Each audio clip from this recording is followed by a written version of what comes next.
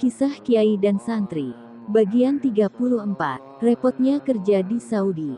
Oh, Mas ini yang katanya adiknya Pak Abdullah. Tanya orang yang bernama Muhsin. Dia kerja di Saudi sudah hampir 16 tahun. Iya Mas, jawabku. Di dalam kamar banyak pekerja lain yang berangkatnya lebih dahulu dariku sedang berkumpul. Kata teman-teman Mas ini banyak punya kelebihan, kata Muhsin lagi. Kelebihan? Kelebihan hutang kali, lah telingaku juga dua, tangan dua, punya kelebihan apa? Kataku heran. Kamarnya sebelah mana Mas? Tanya Muhsin. Aku di D1 sampai 1, jawabku, kalau ndak salah. Nanti saya main ke sana boleh ya Mas, kata Muhsin. Boleh. Silahkan saja. Muhsin main ke kamarku. Anu Mas kalau boleh mau nanya, kata Muhsin. Nanya apa Mas? Tanyaku balik. Nanya soal istri saya di Indo. Wah mending jangan. Saya gak enak mencampuri urusan rumah tangga orang lain. Tolong dilihatin istri saya bisa kan Mas? Lah sekarang nelpon pakai 3G kan bisa video call. Ya maksudku biar tahu keadaannya di rumah gitu, kata Muhsin. Kadang tak tahu keadaan istri itu lebih baik. Dan menyerahkan segala urusan kepada Allah, meminta Allah menjaga istri, itu lebih baik, dan Allah itu sebaik-baiknya penjaga. Soalnya saya pernah mendengar kabar kurang enak soal istri. Itu ndak usah diperduli. Ada orang pengen mengganggu rumah tangga orang dikala si lelaki tak di rumah itu wajar. Lah yang suaminya ada di rumah saja kadang istrinya digoda, apalagi suami tak ada di rumah. Hal seperti itu biasa, menunjukkan setan berupa manusia itu ada di mana-mana. Iya Mas. Penjagaan Allah memang melebihi penjagaan siapa saja, jawab Muhsin. Nah begitu baru benar. Iya Mas, terima kasih atas sarannya. Kalau saya sering main ke sini, boleh kan Mas? Boleh silahkan saja. Lalu Muhsin minta diri. Hari-hari pertama di Saudi, sibuk mengurus surat-surat. Wira-wiri ke accounting, mengurus ATM dan KTP atau akomah, tanda diri mukim, dan urusannya yang membuat sibuk itu bukan masalah sulitnya tapi masalah orang Saudi yang malas. Misal ngurus kartu ATM ke bank, sudah nyerahin data, besoknya disuruh kembali lagi, kadang kesiangan sedikit maka ditolak. Padahal jaraknya kan jauh, naik taksi, taksinya juga tak ada, nunggu taksinya di bawah panas terik, ya belum apa-apa memang kerja sudah kesiksa. Di Saudi itu kerja mungkin 10 kali lipat beratnya kerja di Indonesia. Walau dalam bentuk pekerjaan yang sama bentuknya, lah belum kerja sudah keringetan. Apalagi kalau sudah kerja, baju bisa basah kayak dicelup ke air lalu diangkat dan dipakai, keringat mengucur seperti pancuran, dan tentu saja kalau tidak banyak-banyak minum, maka dijamin dehidrasi. Badan lemes, karena kehabisan cairan. Nyatanya banyak orang tetap mau jadi TKI, sebenarnya bukan masalah kerja di Saudi enak, tapi nilai rupiah itu besaran nilai real mata uang Saudi, jadi walau digaji rendah. Tapi kalau ditukar dengan mata uang Indonesia masih banyak bentuk uangnya jika dipakai di Indonesia. Jika berurusan dengan orang Saudi, apalagi soal pengurusan surat, kujamin akan gondok, suntuk, apalagi sifat orang Saudi yang kebanyakan suka meremehkan orang lain. Padahal kalau menurutku orang yang meremehkan orang lain akan nantinya diremehkan. Kali saja aku ini yang lagi apes, tiap ketemu orang Saudi kebanyakan kok ya ketemu yang jarang-jarang mandi, jarang sikat gigi, sampai giginya menghitam. Kalau tersenyum seperti orang yang kebanyakan makan tembakau. Badan penat abis ngurus kartu ATM, tes kesehatan, tes darah, memberi data di klinik dan rumah sakit, foto untuk KTP. Masuk ruang kerja, ada yang marah-marah. Orang Pakistan bernama Kumar datang ke tempat kerjaku.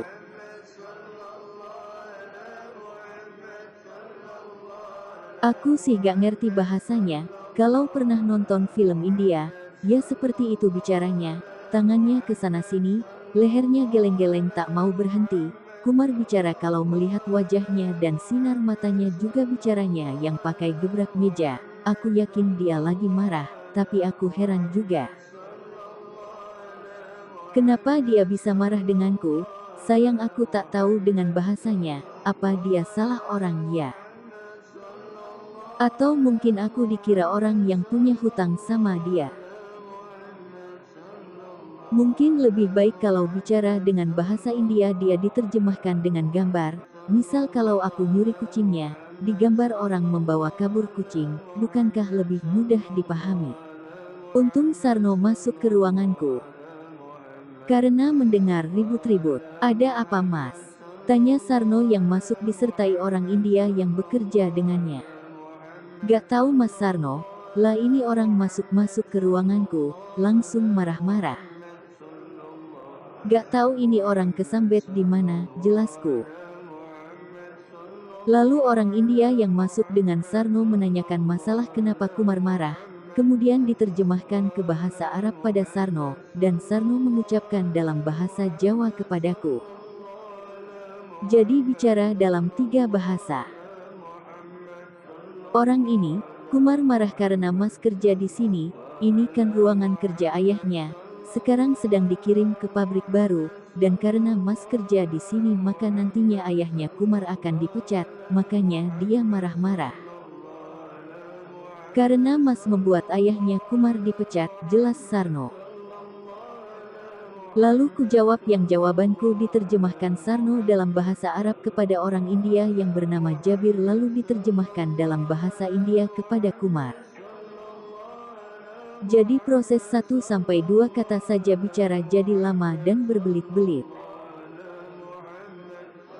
Bilang mas, aku kerja di sini tak kenal dengan bapaknya.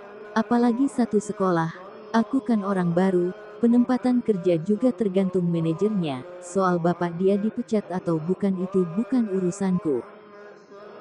Tapi urusan manajer. Dia tak peduli, pokoknya Mas Ian ini menurutnya sebagai penyebab dipecatnya bapaknya, terjemah Sarno. Oh berarti dia ngajak ribut, tanyaku. Pokoknya Mas tidak boleh bertempat di ruang kerja bapaknya. Kalau perlu pulang lagi ke Indonesia, terjemah Sarno. Oh begitu, jawabku. Kumar pergi sambil menendang kursi, dan semua barang yang ada diambil takutnya kupakai. Tapi seminggu kemudian Sarno bilang padaku, Mas, orang yang bernama Kumar yang marah-marah di sini itu, sekarang kecelakaan. Tak tahu bagaimana nasibnya. Soalnya dia naik taksi dan mobil taksinya masuk ke bawah truk gandeng dan dilindas truk gandeng, kata Sarno. Kok bisa? Tanyaku heran. Ceritanya dia mau umroh naik taksi, lalu kecelakaan, menurut cerita mobilnya dilindas truk gandeng. Jadi roda truk gandeng sampai naik ke atas taksi, jelas Sarno. Wah kayak di film aja.